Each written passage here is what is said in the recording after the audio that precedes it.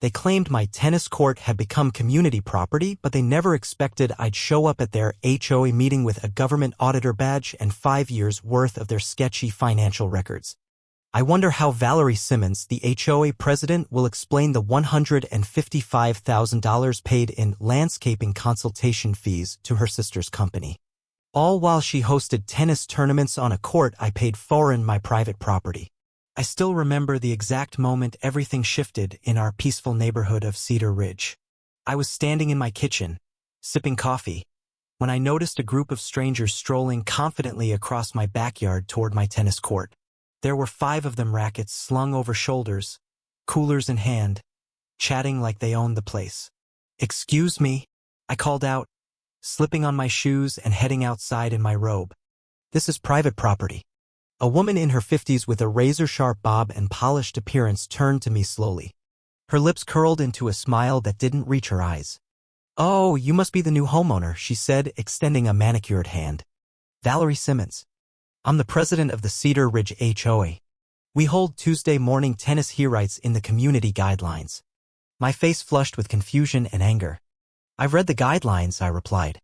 "There's nothing in there about my court being community property." She tilted her head like a disapproving schoolteacher.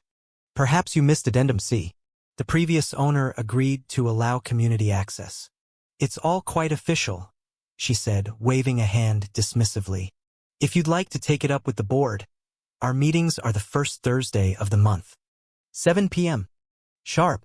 Then, without another word, she and her group walked right onto my court, a $35,000 investment and the feature that sealed the deal when I bought the house.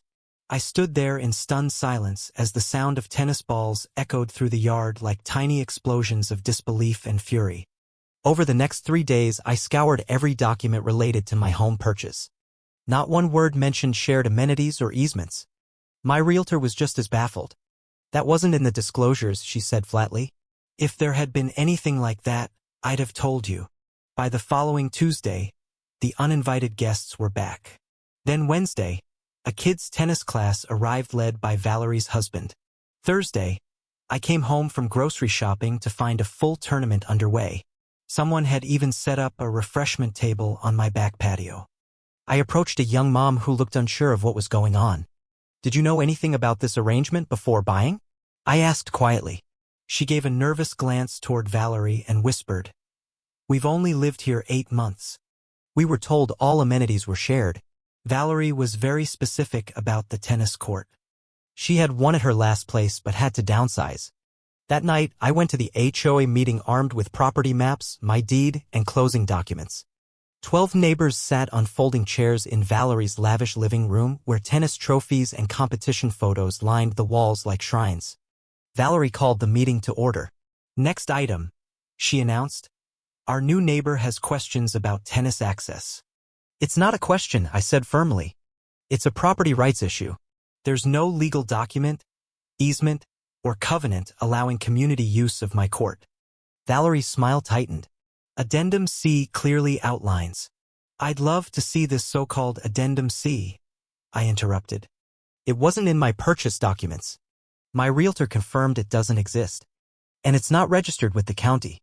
The room fell awkwardly silent. The HOA treasurer, a balding man named Harold, shuffled through a binder. "There may have been an administrative oversight," he mumbled. "I bought this house with a private tennis court. That's what I paid for," I said, making eye contact with each board member. "Any further trespassing will be considered unlawful." Valerie's tone darkened. "We've always used that court. The previous owner understood the importance of community spirit." Funny, because I spoke to them yesterday. I lied. They were shocked to hear what's been happening. Valerie's mask cracked for just a second, a flicker of panic in her eyes. That's when I knew this wasn't a mistake. It was an orchestrated land grab. As I walked home, my neighbor Kyle waved from his porch. "Bold move," he said. "Last guy who stood up to Valerie got slapped with so many violations. He packed up and left." A week of quiet followed. Then came the certified letter. Violations. Lots of them. Non-compliant shade of white on the court lines. Fence height. Recreational equipment. Petty nonsense. When I got home that day, I caught Valerie with a tape measure recording the court's dimensions. "You've got to be kidding," I said. Just confirming the violations, she replied, sweetly venomous. Board voted last night fines start Monday. $100 a day. I laughed, which clearly wasn't the reaction she expected.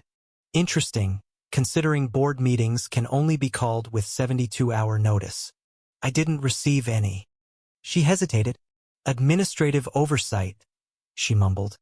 That weekend I installed security cameras.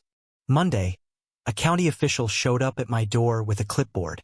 Got a complaint about unpermitted structure modifications, he said. Perfect timing. I'd like to file a complaint too. What Valerie didn't know was that I work as a compliance auditor for the county. Not only was I familiar with zoning laws, I enforced them. Miguel, my colleague and the inspector she unknowingly sent, found nothing wrong with my property. But he did find something interesting in hers. Over the next few weeks, I uncovered a gold mine. Valerie had been president for 6 years despite a 4-year term limit. She'd rewritten the bylaws. The old board members? All had resigned mysteriously. Her new board appointed by her. Then came Frank Lawson, former treasurer, knocked on my door one night, hands shaking. I had to quit, he said. Too many financial red flags. Fees kept rising, but the accounts never added up. When I asked questions, my wife got daily violation notices. For her flower garden. Frank shared one last tip before leaving. Unit 42 at Gold Star Storage. That's where the real records are. While pretending to rent a unit, I watched Harold, the current treasurer, exit Unit 42 with a banker's box. He drove straight to Valerie's house. Through her window, I could see documents spread across the table. They looked panicked. I pulled aerial records from county archives. My court was built only 4 years ago after Valerie became president. No filings about shared use. Nothing. The next day, a construction crew showed up. Pathway lighting installation, the foreman said. For the community tennis court. Call the cops, I muttered to myself, already dialing. Officer Jensen arrived and saw the messy fence partially torn down. This is trespassing and property damage, I said. Jensen agreed. We're investigating. No one goes near your property until we sort this out. Valerie rolled up, screeching to a halt. You'll regret this, she spat. The board has voted to place a lien on your house. Jensen cut her off. Ma'am, that's not how this works. That night, a text from Frank, Community Center. Tomorrow. 7 p.m. Come alone. 7 neighbors showed up, all with stories of harassment and shady fees. Diane, once the landscaping chair, had questioned a $20,000 planting invoice for plants that never appeared. She was ousted immediately. Frank handed me a USB drive. Over $200,000 paid to Valerie's sister's company, he said. And your court? Supposedly costs $35,000 a year to maintain before it was even declared community property. We made a plan. Diane would start a petition. Others would document enforcement abuses. I would handle legal filings. The next morning, my windshield was shattered. A tennis ball with Valerie's monogram lay among the glass. A note tucked under the wiper. Accidents happen when you play dangerous games. I reviewed the USB. Dozens of files. A photo of my house labeled Target Property. Emails. Owner has no HOA experience. Should be easy to pressure. My stomach dropped. They weren't just after my court. They wanted the house. I met Sophia, my neighbor, later that day. She pulled me inside her home. They did this to us too, she said. Our backyard pizza oven? Gone. My husband fought them. It nearly killed him. I told her who I was. Her eyes widened. You're the perfect person to fight this. The next morning, a bulldozer rolled up. Valerie, wearing a hard hat labeled Project Manager, tried to start demolition. You're not touching my property, I said. This is a community project, she replied smugly, flanked by a lawyer. I smiled and pulled out my badge. I'm the assigned federal auditor for HOA practices in this county. Valerie's face turned ghost white. That night, she called an emergency HOA meeting, claimed I was abusing power, lying about credentials. I brought Agent Rachel Moore from Financial Crimes. As residents watched, we unveiled poster boards highlighting all the private properties they'd converted to community features. We exposed over $300,000 in suspicious transfers. Valerie tried to shut it down, but the dam had burst. Neighbors testified, cried, shouted. One old man stood up and said this place used to feel like home. Not anymore. A vote of no confidence passed by a landslide. Valerie was removed. Her resignation, along with 2 board members, appeared the next morning. The investigation spread up to the mayor's office. Turns out Valerie's husband had contracts with the city. New elections were held. Frank was appointed interim president. Transparency rules and term limits were passed. 4 of the 5 families forced out received settlements. And me? I started holding Sunday coffee on the patio. Real conversations with real neighbors. We drafted fair use guidelines for the court.